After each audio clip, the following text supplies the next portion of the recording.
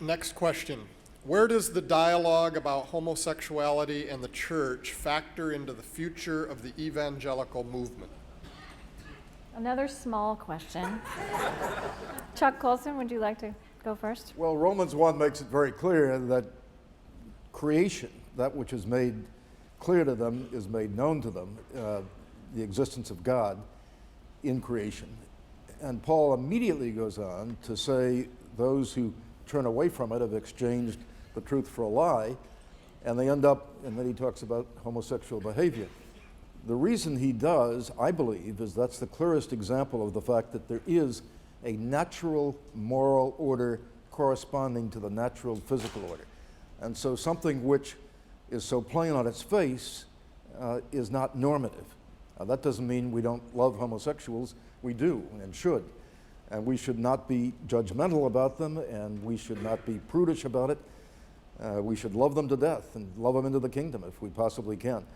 But we have to recognize that it is not the way men and women are made.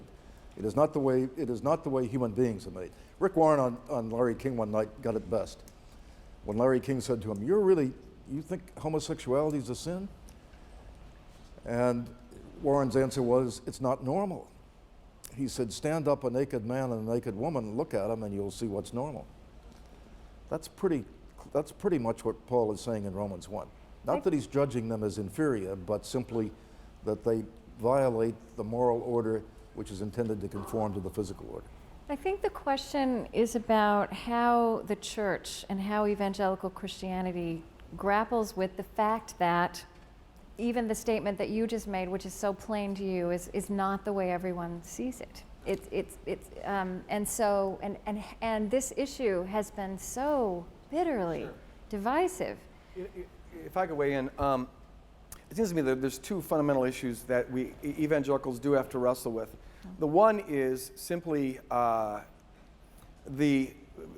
terrible, abysmal track record the church has towards gays. And you know, the reputation out there is that evangelicals are homophobic, and I don't think that's the liberal media that's spinning that. I think we've earned the right to have gotten that. We have a sin gradation list, and I do see it as sin. I think Chuck is absolutely right. Romans 1, it's not God's ideal. It misses the mark, hamartia, that's the word for sin. It misses God's ideal. But what's happened is we have a list, and our sins, like gossip and greed and gluttony and not caring about the poor and all the stuff that's mentioned all the time in the Bible, we minimize. You can be a church member and have that stuff, but the homosexuality issue is all of a sudden the deal breaker. And who christened that the deal breaker sin? I don't get that. And so what I tell people, this is my second point, is that actually, there'll be three, but that if you want to impact that issue, find some gay folks, make friends with them, get involved in their life, turn off your judgment mechanism, and serve them and love them and influence them that way. That's a kingdom way to influence them. Which is, the third point is simply this. What I really think, I used to wonder, why did Jesus attract prostitutes and other sinners that were judged by religion, and the church doesn't? They tend to stay away from us as much as the Pharisees. And one of those reasons might be that Jesus never made a public policy trying to pass laws against them. And here's where politics can get in the way of our gospel message. They don't want to hang out with us because we made a platform out of going after them instead of our own sins, instead of the divorce that's destroying the family. And so I think we got to wrestle with that one. When I got to Philadelphia, I met a kid in college who told me he was attracted to men, and he felt like God had made a mistake when God made him. That's what he felt from the church. It's what he felt from society. He felt that, from hearing things like this is not natural. And so he felt like God made a mistake, and he wanted to kill himself. And that breaks my heart. And I feel like if that kid can't find a home in the church, who have we become, right? That we need to attract the people that Jesus attracted. And Jesus attracted the hurting, the broken, the socially ostracized. And then we be about healing. But that's the Spirit's job, is to heal. Billy Graham said that it's the Spirit's job to convict, God's job to judge, and our job to love.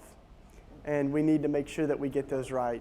And I think especially in the church has not been marked by love for sexual minorities and for people who are gay and lesbian. And in fact, this study that we talked about earlier, released in a book called Unchristian by the Barna Research Group, shows that Christians around the United States and non-Christians, it talks about their perceptions of Christianity. And the number one perception of people outside of Christianity, of what Christians are, is anti-gay. That's number one. And I think that should break all of our hearts. I think it should, it breaks the heart of Jesus. So we need to be communities that magnetize people and where people can find intimacy and love. Part of, I think, the tragedy in the church, in the evangelical church, is that we've idolized marriage to the point that that's what everybody feels like they have to do, And that's such a shame. I can remember hearing a children's sermon where the pastor showed a picture of a husband, wife, and 2 kids and prayed for all of the children that they would find the one that God has for them. Oh, I mean, that's horrible theology, Mother Teresa, oh, bless her heart, she didn't find her hubby. Like what is, and I think if we created communities where people can experience intimacy and love, we transcend some of these issues. But as one of my mentors says, he's been celibate for 50 years, and he says we can live without sex, but we cannot live without love. And there's a lot of people that have a lot of sex, but they don't experience love. And there's a lot of people that never have sex their entire lives, and they experience deep intimacy and love. And the church should be a place where people are freed up to love and be loved. And Jesus says that is how we're supposed to be known. John 17, he leverages everything on the church having a reputation for manifesting the love that he manifested. And so it's absolutely tragic that we're known for anything other than that. Chuck Colson, you wanted to add? Yeah, let's not be too hard on ourselves. I've worked in the prisons over 1978. I ran into my first AIDS patient in a prison, woman who was dying, and I didn't know how you communicated AIDS. She was in an isolation cell. I went in and ended up hugging her and embracing her and leading her to Christ. And I, over the years since, have run into hundreds of people dying with AIDS, cradled them in my arms. So have all the volunteers who have gone in. I think that's a bad rap. I have yet to hear a Christian bash a homosexual. I've heard Christians say they'll pray for their conversion, and they're welcome in a church. They still have to live by the same chaste behavior all unmarried couples have to live in. I think it's a bad rap. I don't think we're homophobic at all. I think that's a stereotype because we have been so committed to the preservation of the moral order. I think we've gotten a bad rap.